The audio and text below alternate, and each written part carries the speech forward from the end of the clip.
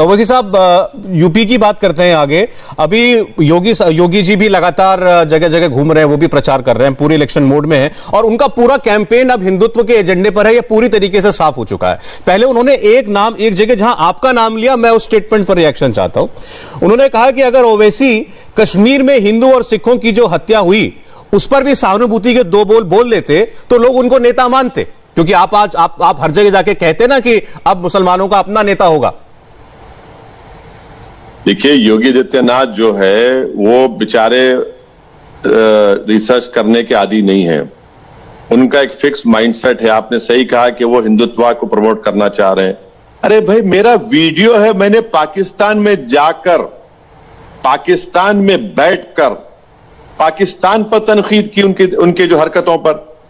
मुझे कोई योगी से सबसे पहले सर्टिफिकेट की जरूरत नहीं है, और योगी कोई दुकान खोलकर नहीं बैठे हैं कि मैं ऐसा बोलूंगा तो योगी सर्टिफिकेट देंगे। नेशनलिज्म का तो नेशनलिस्ट है, वरना वो देश से मोहब्बत नहीं है, कश्मीर से मोहब्बत नहीं है, सिखों से मोहब्बत नहीं है।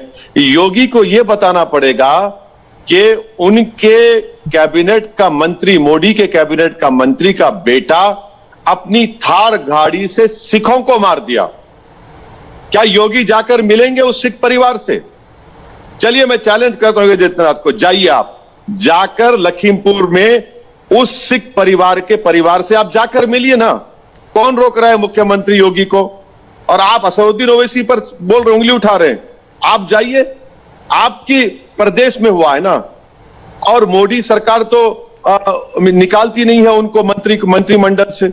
उनका बेटा, उनकी गाड़ी, और योगी कहते हैं ओवैसी सिखों के बारे में नहीं कहता। अरे भाई, आपके प्रदेश में हुआ है ना, जिसके आप मुख्यमंत्री। चलिए जाइए आप, जाकर वो जो 2 सिख परिवार मारे गए, जिसका बेटा फौज में है, हमारे भारत की सरहदों की हिफाजत करता है, उस बाप ने अपने मरने से पहले अपने बेटे से कहा, बेटा तो सरहद की हिफाजत कर, मैं काश्तकारी करके किसानों के और लोगों को खाना खिलाऊंगा। आप उनकी बात करिए ना, उनसे जाके मिलिए। आप तो इतनी भी तकलीफ नहीं हुई आपको जाकर उनसे मिल सके। लेकिन उन्होंने ये कहा ओवैसी जी कि जो कुछ लखीमपुर में हुआ और उसके बाद जिस किस्म की राजनीति उस पर हुई, ये तो उत्तर प्रदेश में हिंदू और सिखों के बीच दरार डालने की कोशिश है।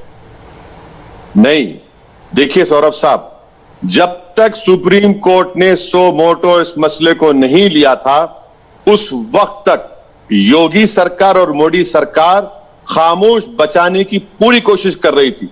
जब सुप्रीम कोर्ट ने सो मोटो इस मसले को लिया तो इनको अपनी तमाम इनकी प्लानिंग फेल हो गई और उसको अरेस्ट करना पड़ा। वरना तो वो मंत्री का बेटा 10 घंटे की क्वेश्चनिंग में मीडिया ने दिखा कि 10 बार नाश्ता लेके जाते हैं उसके लिए। अगर कोई दूसरा इस तरह की हरकत करता तो अब तक उसका घर तोड़ दिया जाता, डिमोलिश कर दिया जाता, बुलडोजर चले जाता। यही तो हम कह रहे हैं कि ये हिपोक्रेसी है, ये ड्यूअल पॉलिसी है योगी सरकार की। वो तो क्रेडिट ले रहे हैं ओवैसी जी, उनके जो पिता मंत्री हैं, उन्होंने कहा कि मैं जिस पद पर बैठा हूं उसके बावजूद मेरा बेटा गिरफ्तार हो गया, और क्या सबूत आपको चाहिए कि हम ईमानदारी से काम करने वाले लोग हैं।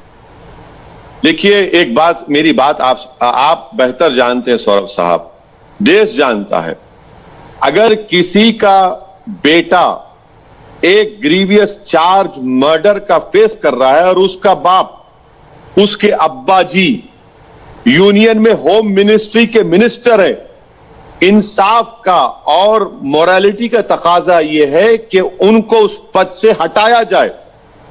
आप मिनिस्टर रहेंगे और वो भी होम मिनिस्टर की मिनिस्ट्री के होम मिनिस्टर रहेंगे, और आपका बेटे के पर चार्ज लगेगा कत्ल का। गाड़ी भी मंत्री साहब ने कह दिया ऑन रिकॉर्ड कि मेरी गाड़ी है। कैसे इंसाफ होगा बताइए सर? इंसाफ नहीं होगा इस मसले में। आप मेरी बात सुन लीजिए, कल कोर्ट तो एविडेंस के ऊपर फैसला करेगा ना। अगर आपको इंसाफ से इतना मतलब है तो आप रिजाइन करिए। जब तक मेरा बेटे का केस का कोर्ट से हल नहीं होता, मैं मंत्री पद पर नहीं रहूंगा। आप जाकर मोरालिटी पर और कॉन्स्टिट्यूशनल आपकी जो जिम्मेदारी है, आप उसका लिहाज रखते हुए मोदी जी को कह दीजिए, और मोदी जी को भी चाहिए कि उनको हटाना चाहिए। जब तक उसका कोर्ट का फैसला नहीं आता, वो कैसे मिनिस्टर रहेंगे? कहां से इंसाफ होगा बताइए? देखिए, ये दलील आपकी ठीक लगती है, लेकिन सरकार ने तो नहीं। लेकिन जो बातें पता चलती हैं सूत्रों से वो ये कि भाई बेटे की गुनाह की सजा, अगर कोई गुनाह है भी तो बाप को तो नहीं दी जा सकती।